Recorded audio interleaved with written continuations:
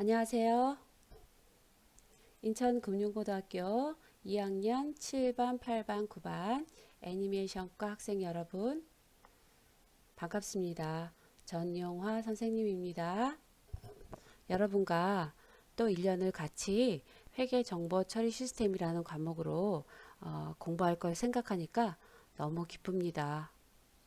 얼른 만나서 우리 교실에서 작년처럼 행복하게 같이 웃고 즐겁게 수업했으면 좋겠어요. 자, 오늘은 첫 시간이니까 간단하게 조금만 하도록 할게요. 자, 퀴즈는 마지막 끝날 때 내도록 하겠습니다. 끝까지 들어주세요. 자, 교과서 다 가지고 있죠? 교과서 10쪽을 펴세요. 회계의 기초 개념. 자, 학습 목표 나오죠? 회계의 의의와 목적을 설명할 수 있다. 회계의 종류를 분류할 수 있다. 자, 생각의 창. 자, 보라색 글씨가 있네요. 기업의 이해관계자들이 필요로 하는 회계 정보는 무엇인지 생각해 보자. 자, 생각해 보세요. 무엇이 있을까요? 자, 그 그림을 보니까 예쁜 여자, 빨간 원피스 입은 여자랑 턱수염이 수더분한 아저씨 두 명이 대화를 하고 있죠. 자, 봅시다. 이 그림을 보면 이게 오늘 우리가 알아야 될 내용이 함축적으로 들어있어요. 자, 여자가 먼저 말하네요. 회계정보 이용자가 의사결정을 위해 필요한 회계정보는 무엇일까요? 그러니까 이 남자분이 멋지게 대답하죠. 투자나 지급 능력에 관한 정보를 파악하기 위해서는 재무제표가 필요해요. 라고 대답을 하네요. 그렇습니다. 자, 밑에 있는 세 줄을 볼게요. 그럼 회계는 우리가 1학년 때도 배우고 2학년 때 또 배우는 이 중요한 회계는 왜 배워야 할까요? 왜 필요할까요? 봅시다. 자, 회계는 투자자 등 기업의 이해관계자. 자, 이해관계자라면 그 회계 정보를 이용하는 사람들이죠. 회계 이용자들이 합리적 의사결정을 의사결정을 합리적으로 할 수 있도록 유용한 아주 꼭 필요한 정보를 제공하는 것을 그 목적으로 합니다. 자, 반복해서 계속 나옵니다. 또한 경영자는 기업을 책임있게 경영하고 그 성과를 성실히 보고해야 하는 사회적 책임이 있습니다. 자, 그렇죠. 자, 다음 페이지 보겠습니다. 그럼 회계의 의의와 목적. 자, 사회와 경제 현상이 복잡해지고 정보의 중요성이 점점 부각되면서 회계의 역할도 갈수록 변화하고 있습니다. 선생님도 고등학교 때 회계를 배웠지만 요새 회계는 그때 선생님이 배웠던 것보다 더 복잡해지고 더 컴퓨터 의존적으로 좀 바뀐 것 같아요. 그 원리는 똑같지만. 자, 그럼 이론 중심으로 먼저 수업을 쭉 하고 나중에 만나서 실기를 하기로 했으니까 지루해하지 말고 자, 이론 기초적인 것을 잘 알아야 되겠죠? 자, 이론 지루해하지 말고 봅시다. 자, 회계는 뭐냐? 어카운팅. 자, 회계는 기업의 재무 상태와 경영 성과를 파악하여 이해관계자들에게 전달하는 과정이다. 자, 중요한 단어 두 가지 나왔죠? 뭐뭐가 나왔어요? 재무 상태와 경영 성과. 자, 회계에 있어서 가장 중요한 두 단어를 말해라 하면 재무 상태와 경영 성과를 이야기할 수가 있겠죠. 자, 그 두 가지를 위해서 회계를 한다고 해도 과언이 아니에요. 자, 그럼 두 가지를 파악해서 누구한테 주는 거예요? 그렇죠. 이해 관계자들. 자, 이해 관계자들. 난 저 회사랑 관계없어. 아무런 투자도 하지 않고 그 회사랑 나랑 관계없다. 그럼 이해 관계자라고 말할 수가 없겠죠? 내가 그 회사 사장이야. 이해 관계자예요. 내가 그 회사 주식을 가지고 있어. 이해 관계자 맞죠? 난 그 회사의 종업원이야. 이해 관계자예요. 그렇죠. 이렇게 그 회사와 관계된 사람들을 다 이해 관계자라고 말할 수 있어요. 그럼 그 사람들에게 그 회사의 재무 상태와 경영 성과를 파악하기 위해서 바로 이 회계를 하는 것이죠. 자, 그럼 경영 활동을 하죠. 회사가 열심히 경영 활동을 해요. 그러면 경영 활동을 통해서 발생하는 무엇이 있어요? 재산. 자, 구체적으로 뭐? 현금, 예금, 상품, 건물 이런 재화들이나 채권, 채무. 자, 돈을 받을 권리, 채권, 돈을 갚아야 할 의무, 채무 이런 것들의 증감 변화를 일정한 원칙, 기준이 있죠? 자, 원칙에 따라서 기록하는 거예요. 차변, 대변, 우리 1학년 때 엄청 복잡하게 배웠던 것들, 그것들이 원칙이잖아요. 그쵸? 어떨 땐 여기다 기록해라, 어떨 땐 저기다 기록해야, 얼마를 기록해라, 뭐 이런 식의 그 원칙에 따라서 기록하고 계산하고 그것을 잘 보기 좋게 정리해서 그것을 정보를 제공하는 것, 그것이 회계죠. 그래서 그것은 오늘날의 정보 처리 시스템으로 인식되고 있습니다. 그래서 그 그림을 보면 아주 보기 좋게 되어 있죠. 자, 노란색 배경에 가운데 네모 3개가 있어요. 자, 그럼 맨 앞에 보라색 동그라미, 맨 끝에 보라색 동그라미가 있죠. 자, 그럼 제일 처음에 회계의 출발은 뭐에서 시작해요? 그렇죠. 그 회사가 경영 활동을 하는 거예요. 열심히 물건을 팔고 돈을 벌어요. 그게 경영 활동이잖아요. 그렇죠? 자, 경영 활동하는 것을 누구한테 정보를 전달해? 맨 끝에 보라색 이해관계자들한테 정보를 전달하는 거예요. 그럼 그 정보를 전달하기 위해서 3가지 단계를 거치죠. 첫 번째 박스 뭐야? 그 경영 활동을 인식하고 측정해요. 인식하고 측정해서 그 자료를 잘 기록을 하겠죠. 자, 그럼 그 기록된 자료를 기준으로 처리를 하죠. 처리한 다음은 뭐예요? 자료를 저장하고 그것을 유용한 정보로 변환시키는 거죠.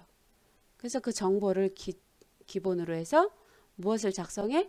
재무제표. 우리 2가지 열심히 했죠. 손익계산서,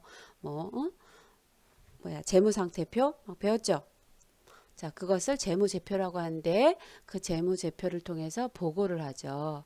그 회계 정보를 받은 이해관계자들이 적절하게 피드백을 하게 되겠죠. 자, 다음 페이지. 그럼 회계의 목적은 무엇이냐? 자, 4가지. 자, 쉬운 것도 아주 어렵게 만들어 놓는 그런 재주가 있어요. 이 교과서는. 여러분이 모른다고 생각하지 말고 다 알고 있는 건데 말이 어렵게 표현되어 있으니까 잘 단어 하나하나를 새기면서 읽어보면 어렵지 않습니다. 회계의 목적은 무엇입니까? 나왔죠. 앞에 표에서 기업의 이해관계자들이 뭐를 하기 위해서? 합리적인 판단, 올바른 의사결정을 할 수 있도록 아주 유용한 필요한 재무 정보를 제공하는 데 그 목적이 있어요. 구체적으로 그 목적을 4가지로 분류했죠. 자, 정보 이용자의 투자 및 신용 의사결정에 유용한 정보를 제공하자. 2번째, 미래 현금 흐름이 어떨지 예측하는 그 유용한 정보를 제공한다. 3번째, 재무 상태와 경영 성과 및 현금 흐름을 파악할 때 유용한 정보를 제공한다. 4번째, 경영자의 수탁 책임 평가에 유용한 정보를 제공한다. 자, 그렇습니다. 그리고 3번째, 회계 정보 이용자들에게는 어떤 사람들이 있습니까?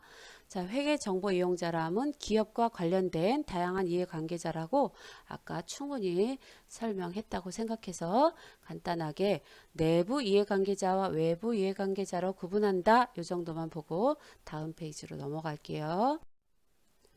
자, 그럼 다음 페이지에 표가 나오네. 그쵸? 자, 내부 이해관계자에는 어떤 사람들이 있어요? 경영자와 종업원, 뭔가 회사의 큰 중요한 의사결정을 하는 주로 사장님, 이사님, 이런 사람들이죠. 전무님, 상무님, 이런 사람들을 경영자라고 하는데 그런 사람들은 주요 관심사가 어디 있습니까?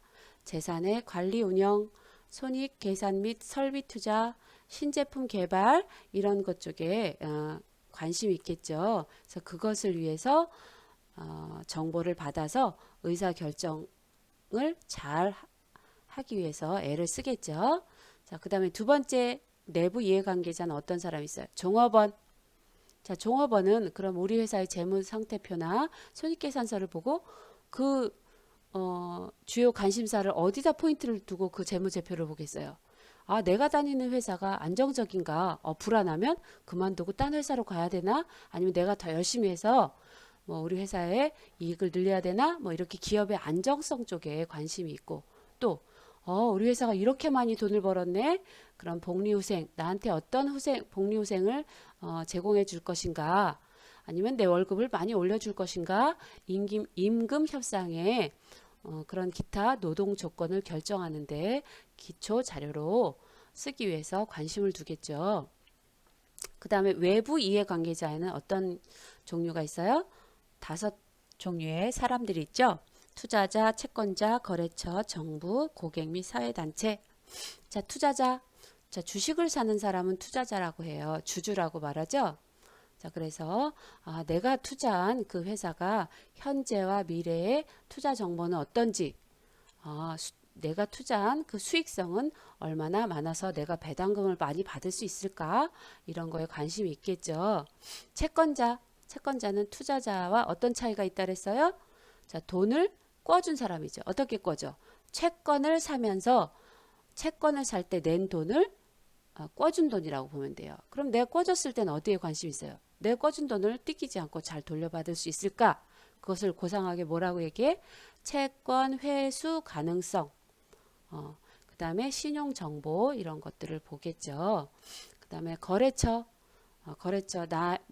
우리 회사의 뭐 재료가 되는 물건을 사오기도 하고 우리가 다 만들어진 물건을 팔기도 하는 매입 매출과 관계된 거래처들이 굉장히 많이 있겠죠.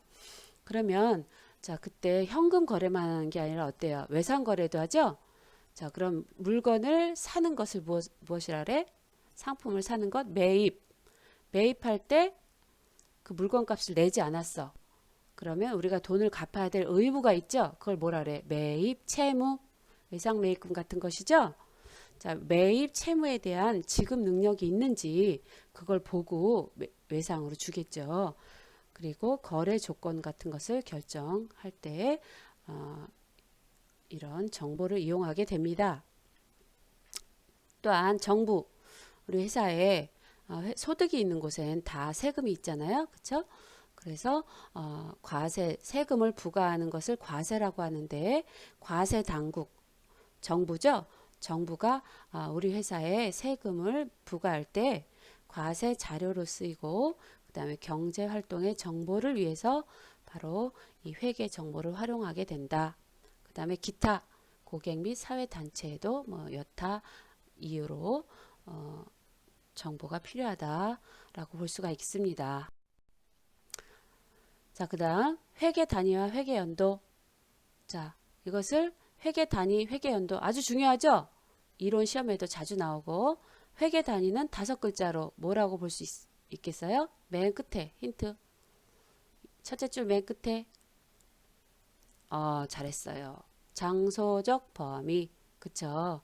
회계 단위라 하면 회계 처리를 할 때 그 재산의 증감 변화를 기록하는데 작년에 선생님이 삼성전자를 예를 들었던 걸 기억하는 사람도 있을 거야 아마. 그쵸?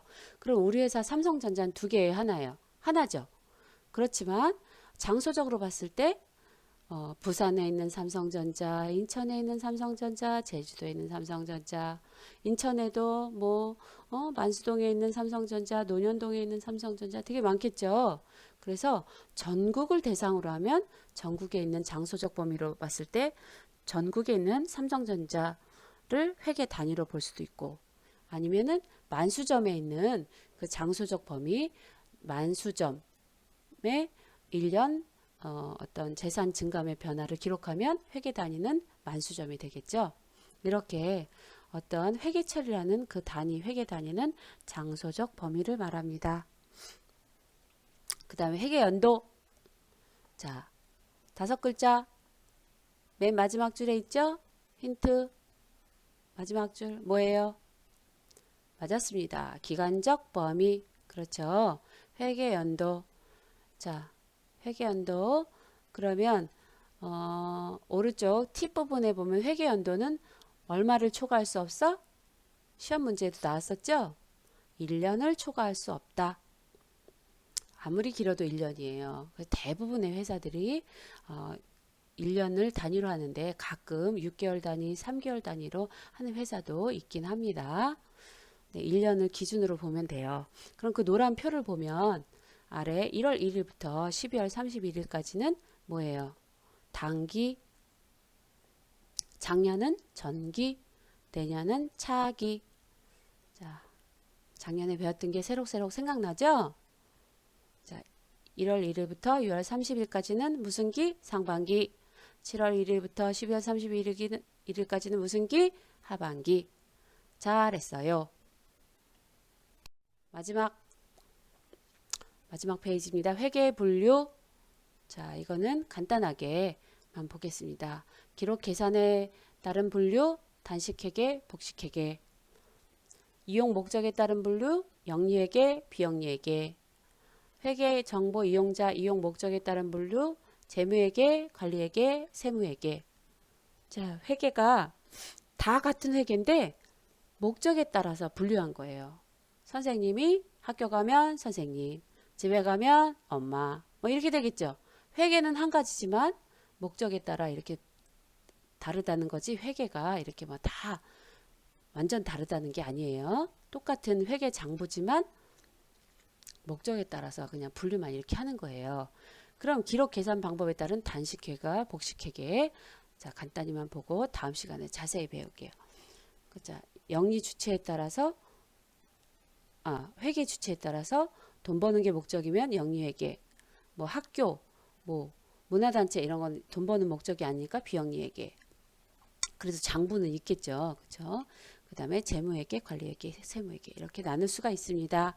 이상 수고하셨습니다. 자, 퀴즈를 내겠습니다. 댓글을 달아주세요. 회계 단위와 회계 연도 중에서 장소적 범위를 말하는 것은 무엇입니까?